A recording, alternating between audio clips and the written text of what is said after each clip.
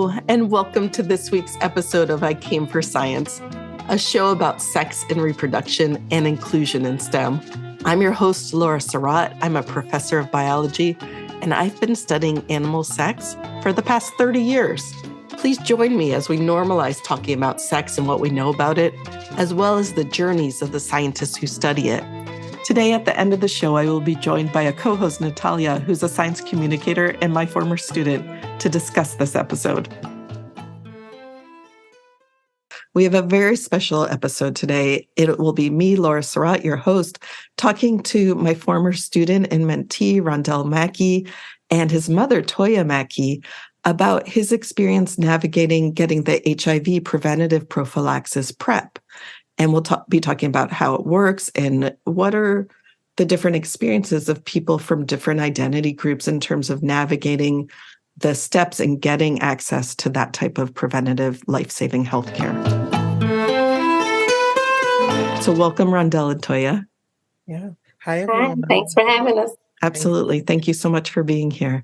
Rondell, could you get us started by talking about maybe a little about yourself and then how you decided to start taking PrEP and what that experience was like for you? And feel free to bring in your mom whenever you would like. Yeah. So my obviously my name is Rondell Mackey. I'm originally from Atlanta, Georgia, but I currently live in Chicago, Illinois.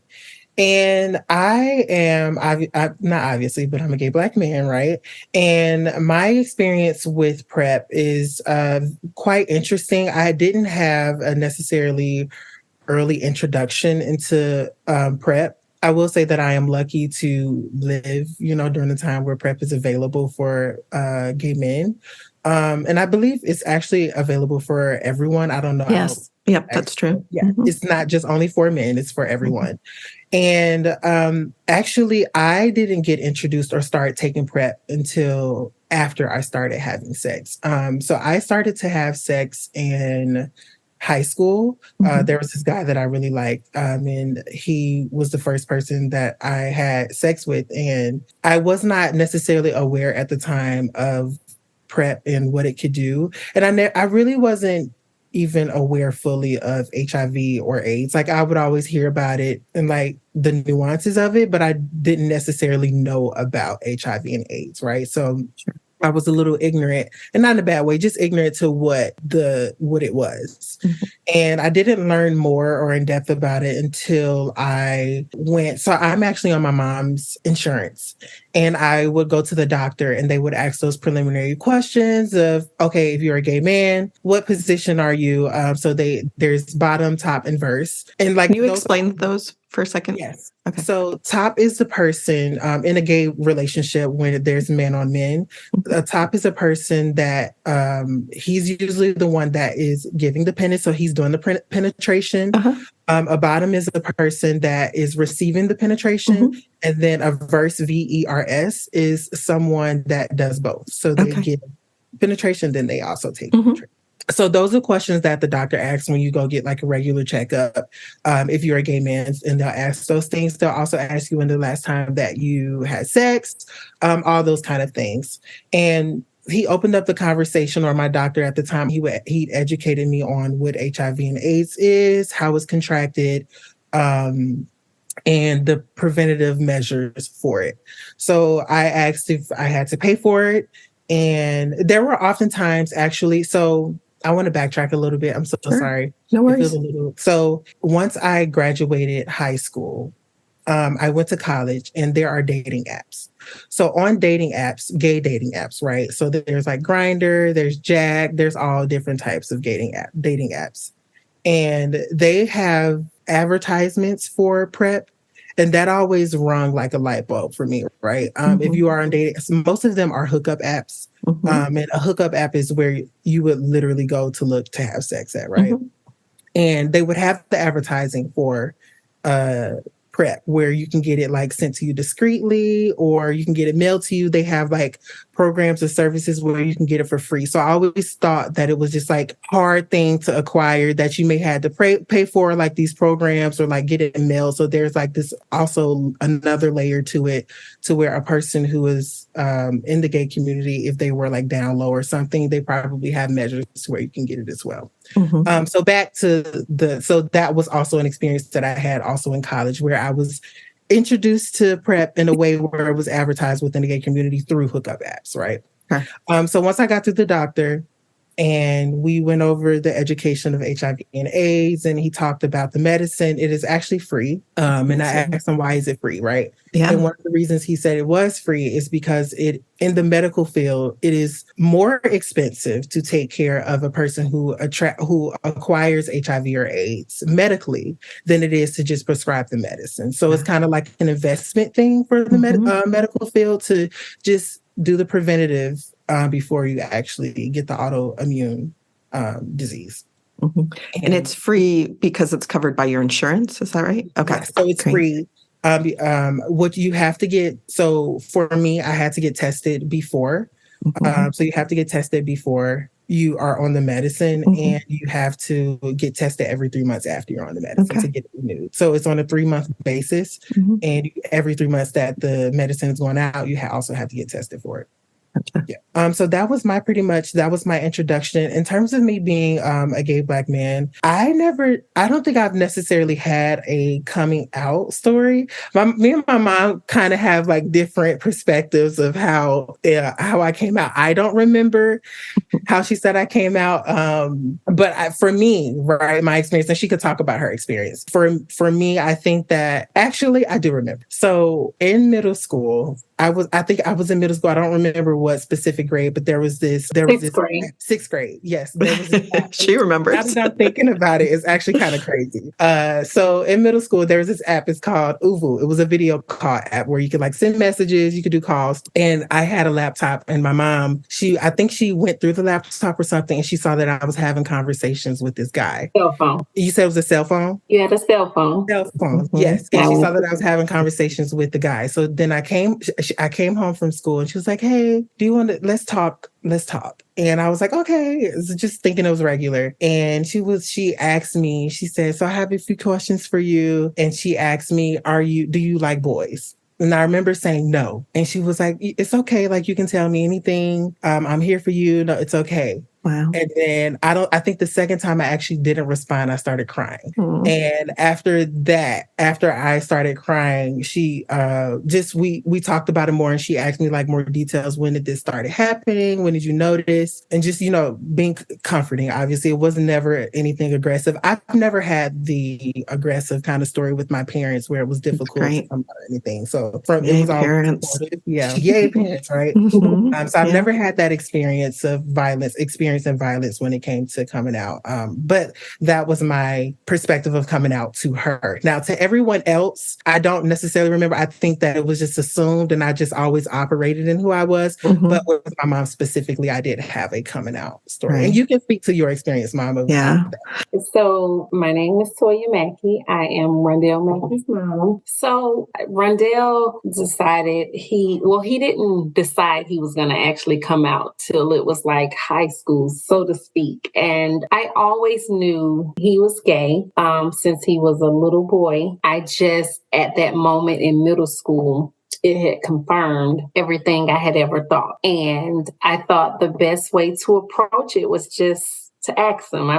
That's the kind of mom I am anyway. Yeah. So the first thing I thought about his entire life about him being gay was HIV/AIDS, because I lost my father to that horrible disease. I'm so sorry. Yeah. Thank you. I think it was some form of PTSD because I watched him die. Yeah. I watched him get sick. And so, because him and my mom was together, there were stages that he went through before he passed away. And back then it was just kind of, you didn't really talk about it because it was like in the 80s. So it wasn't a thing that you kind of talked about. It was kind of like it was known as a gay man disease, which that's not what it is, but that's what it was known as. And so I remember going to see my father in the hospital, and I remember the nurse taking me away to tell my mom. And I just remember coming back into the room and my mom just crying and upset. But I remember looking at my father in the hospital during those times, and I remember the way he looked. And then as I gradually watch him get sicker and sicker, because the medications and stuff that they have now, they didn't have those medications back then. And if they did, I guess we just didn't know, because it was really new as far as coming out. And so as I watched him pass away, and then he came home and my mom had to take care of him, and I watched him get sicker and sicker. I just watched him deteriorate. And for the longest, my parents thought it would be safe to tell me that he had cancer versus telling me that he had AIDS. And so I went all the way until adulthood thinking that it was cancer. Oh, wow. And then once I found out as an adult that it was AIDS, I played back every moment where I watched him deteriorate and talk to him from the hospital bed. And I just remember those things. And so the last thing I wanted was to see my son in that manner. Yes. And I don't know if he remembered it, but I would always tell him, I don't want to talk to you from a hospital bed. Like, I had conversations with him about getting this medication PrEP. I can't say I was ignorant to what it was, but I just knew what it would prevent. And that's all I needed to love on my son and to have for him. So I remember telling him, just get this. And as he's saying, he didn't really know about it. And because I really didn't educate him about it. I just told him, look, take it. That's all I had. So anyhow, as he got older, that's all I would ever say to him. I just don't want to talk to you from a hospital bed. Like, wear condoms, wear condoms, wear condoms. That's all I had. And, take the medication. So rewind back to when his coming out thing. So I always knew, and the text messages, they just confirmed what I had already felt and knew. And so when I asked him, I said, hey, do you like boys? And he was like, no. And I said to him, I'm your mother. I'm going to love you regardless. It's okay. And that's when he started crying. And that's when we knew it to be the truth. So then I decided to get him counseling. That was like an explosive waiting to happen, because we didn't have the right therapist. And so as I became older, I almost was upset at myself for getting a therapist for the reason that I got it for. I got a therapist to maybe help him cope with being gay, instead of having a therapist for him to continue to butterfly into being him. Yes. And I was mad that happened. But, we had conversations later on about just be you, and so he was going to high school. And by this time he was kind of getting into being himself. And he comes to me one day, he's like, Mom, he was like, I really want to tell my friends that I'm gay. So what do you think? And I was like, they already know. He was like, no, they don't. And I'm like, I think they do. And he was like, they don't know. I was like, they know. And he was like, well, what makes you think that they know? And I was like, all your friends are girls. You like, so we laughed at it. He went to school. He told his friends, and they were like, yeah, we know, So I'm so glad he was able to experience it in a good light. And I've never, ever shunned upon him when it came to being a gay man, because I always just wanted him to be educated on everything that comes with it. And so as me being in the medical field later on, I was introduced to people telling me about PEP and PrEP. And so I kind of got more educated on what it exactly was for. And then I told him about it. And Rondell bounced to his own drum. So he does things in his own time, in his own moments. It doesn't matter if I talk about it 365 days. So he then began to, I think, educate himself, which is good, educate himself on it, although we had talked about it. but educate himself on, what exactly was it for, and, all these things. And so when it came to, I was so excited that he decided to do it, because again, my story has always been for him, I never want to talk to you from a hospital bed. I'm not going to look, less like, I just don't want that to happen when it can be prevented. Right. So he educated himself. He then chose to take it. And I was like, but still wear condoms. Right. Just because. Yes. Doesn't prevent everything.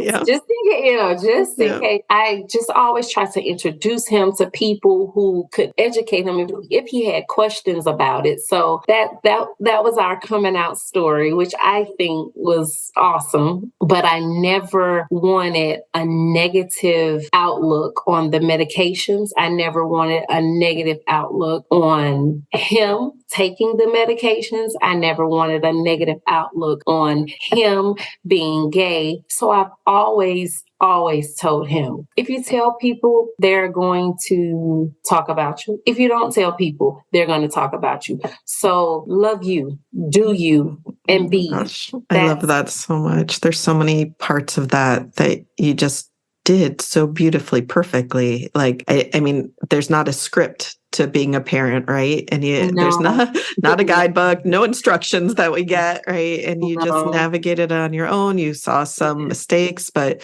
mostly just went from such a place of love and caring. And that's beautiful.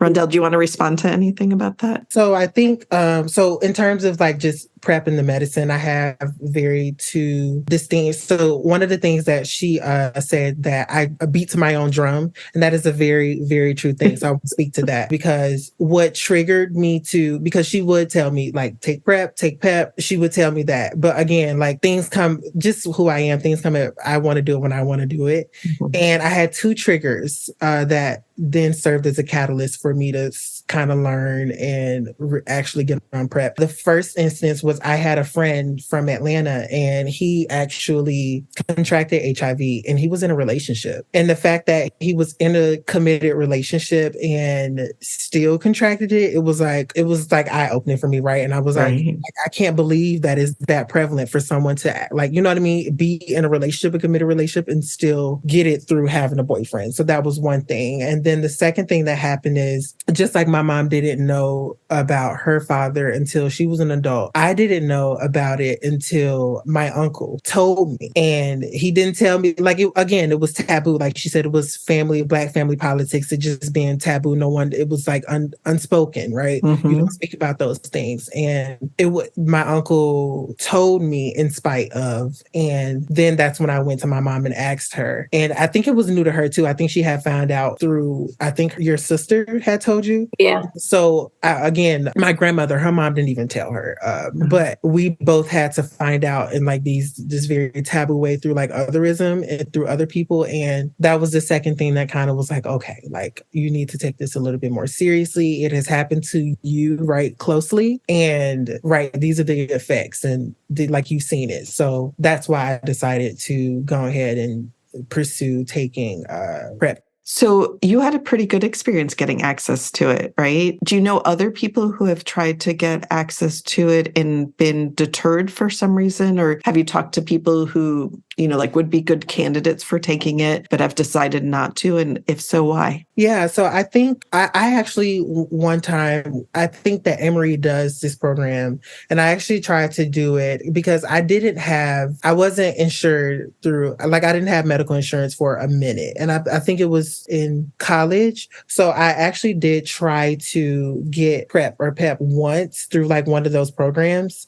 Mm-hmm. And it was very hard. I almost compared to voting. Like you just have to go through these different steps, applications to get it. Then there's like a time frame in which you can acquire it. And I think you have to be eligible to get it for free for those programs. They want to make sure you are a patient that is very aware and knowledgeable of this medication because it's a big deal. Sure. So that's probably why, Rondell, you experienced them saying that they rather it's free because they rather prevent it because that doctor bill is, way higher than what the medication costs. So it's truly a preventive, like Obama's healthcare. They're free preventative things. So they try to make it something that enticing. They try to make it something that you want to get, yet it's hard to start it. Yeah. Kind of like incentivize it. Yeah. Yeah. One of the things that so it does come with therapy as well, like counseling, like the person who prescribes it to you, they also serve as like a counselor for it. Oh, wow. Yeah. So I have like technically 2 therapists right now, but one of the side effects for the medicine is depression. And I had depression before. So one of the screening questions they ask is like, do you have seasonal depression? Or what is like, do you have depression, anxiety? How do you cope with that? How do you do that? Because I guess with taking the medicine, it will probably trigger it. You probably will have more depressive episodes more often than you already have. So there are things or reasons why they do ask before you get on the medicine. I do know that it can cause liver problems too. Right. Yeah. Are there any side effects that you've noticed from it? So I am a person. So I was not, what is the word? I was diagnosed with depression before.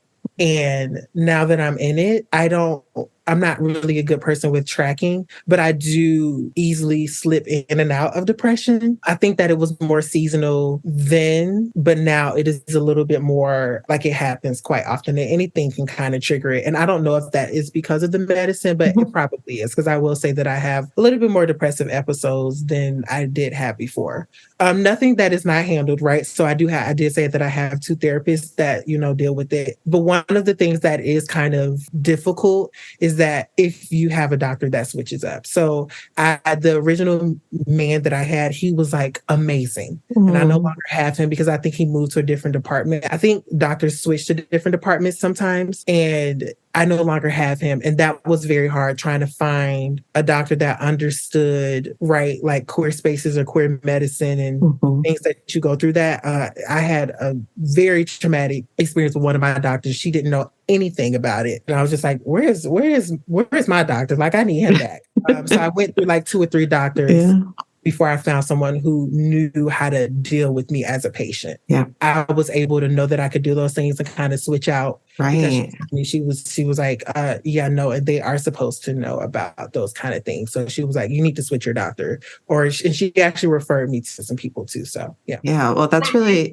I actually reported that doctor as well, because it can make it wasn't just because it was my baby, but it can make it very difficult for someone who's coming in to what he told me. His experience with that doctor to me was very judgmental. Now, of course, maybe I feel more than the most, but just the questions she was asking, I wouldn't even want to be asked that as for my doctor to tell me, well, I don't know anything about it. And yet you've been in practice for X amount of years. So I did report her, not wanting her to lose her job, but reporting her so she can become more educated and simply say, hey, that's not my department, but here is Dr. X, Y, and Z, and he's very great at answering all your questions and needs, and he's more knowledgeable of the questions in this community.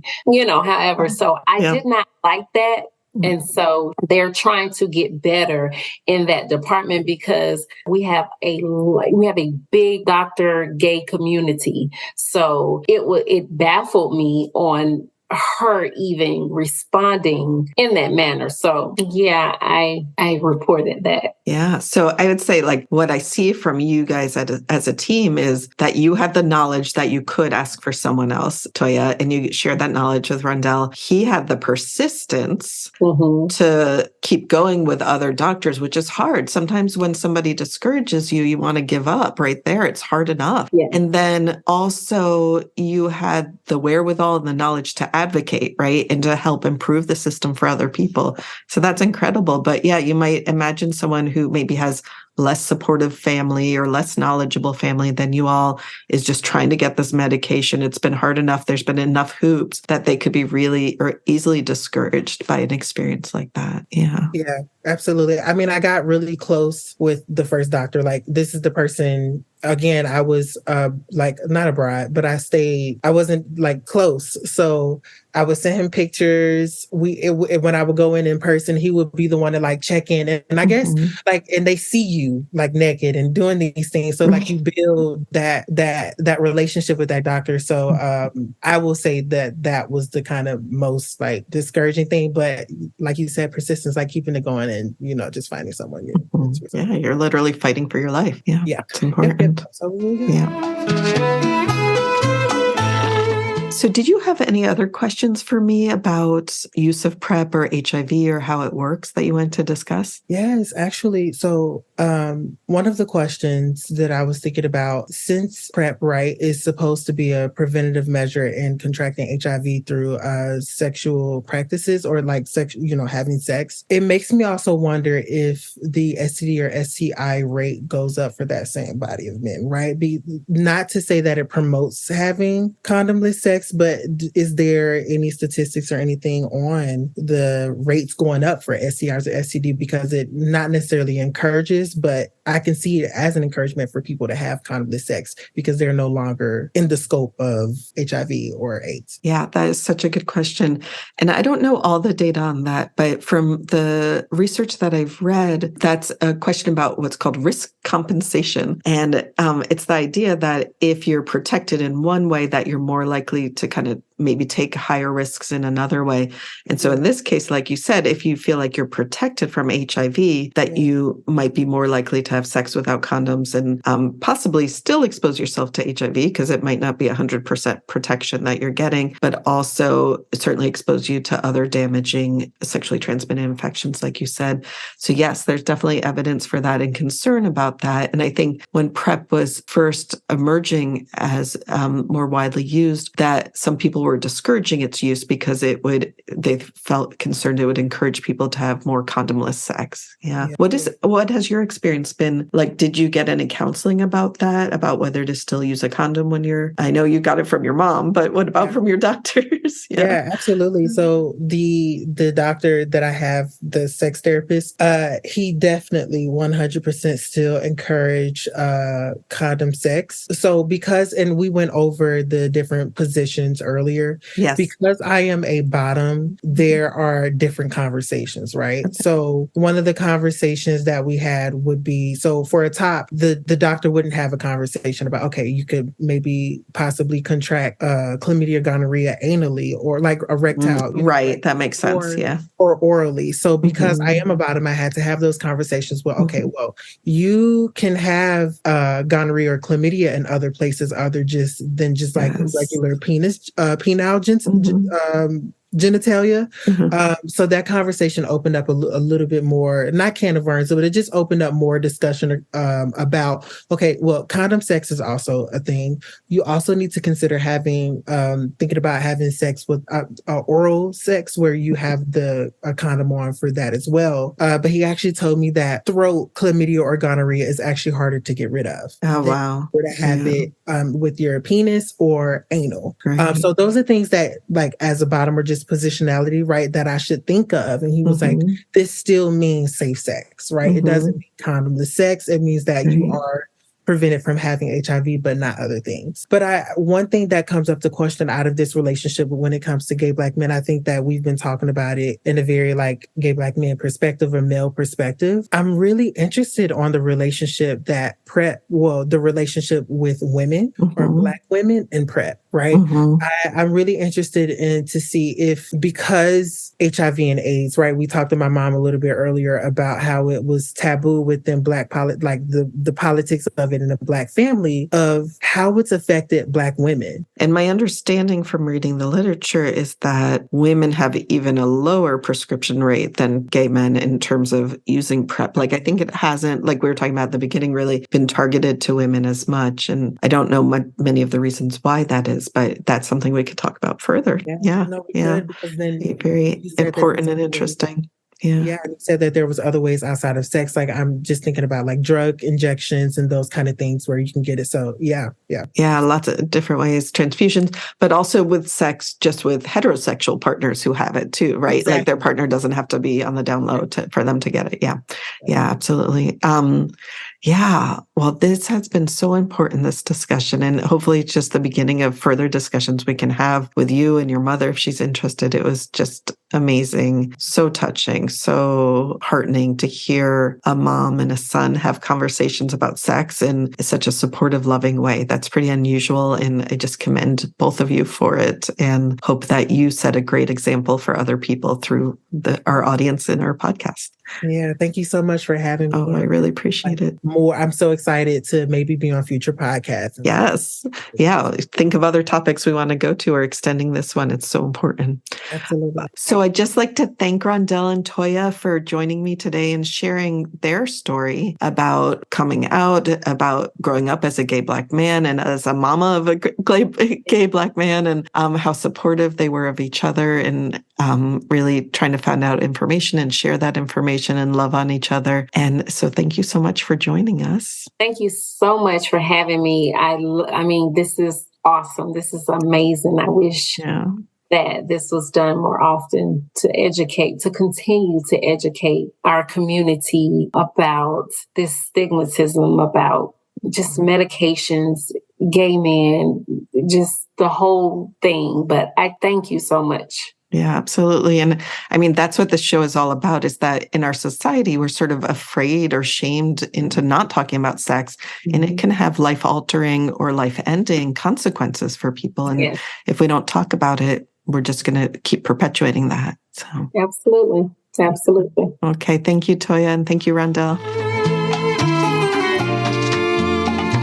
So now I want to debrief with Natalia. Natalia, welcome back. What are your thoughts on this episode? Oh, Laura, I just echo all the things you said about how touching it was to hear from Rondell and Toya, and what a beautiful relationship they have. That clearly took a lot of work. So I just want to thank them as well for sharing with us, because that was really beautiful, really touching. And just something that surprised me from the perspective of a, straight female in a heterosexual relationship is that the terminology of between bottom or top is not just a term that's used in society, because you hear it culturally all the time, like, oh, that's giving bottom energy or whatever. But it's actually a term that's used in medical practices as well to help inform practitioners about how to best serve their patients. So that was something I really took away, that surprised me, and I took away from this episode. And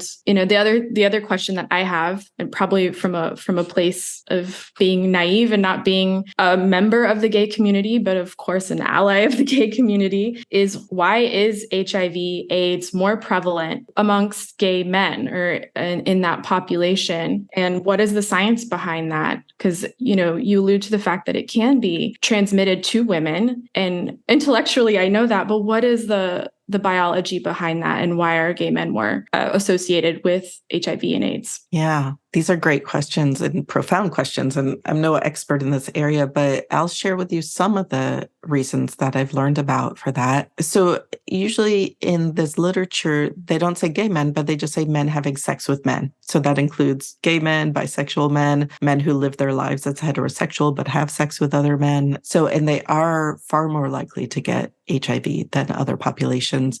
And I think there are, again, lots of reasons for this, but they kind of break down into a few different categories. And so the first one is behavior. So if you think about it, that men who are having sex with men have higher rates of HIV.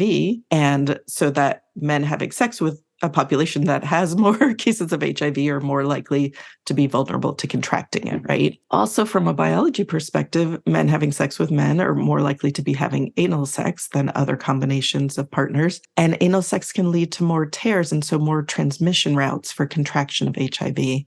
Okay. So that's another reason. And then there's societal reasons as well. So being a man who has sex with men is stigmatized in our society. And if you're from a stigmatized population, you're less likely to talk about anything related to that stigma with anyone, including your healthcare practitioner. So if you're less likely to talk about these practices with your healthcare practitioners, then you're less likely to get preventative care. And also there's an association between being stigmatized and having more risky behavior. So maybe you're also less likely to use any kind of protection as well. And then there's also the sort of added layers of intersectionality that, you could be a man having sex with men, but also maybe you're from a lower socioeconomic class, or you're from a race that's already minoritized or stigmatized or marginalized. And so those all compound this issue of being vulnerable to HIV, because there's already health inequities based on, how much money you make and based on what racial groups you're from. So I think all those things are associated and maybe are causal factors for this higher prevalence of HIV contraction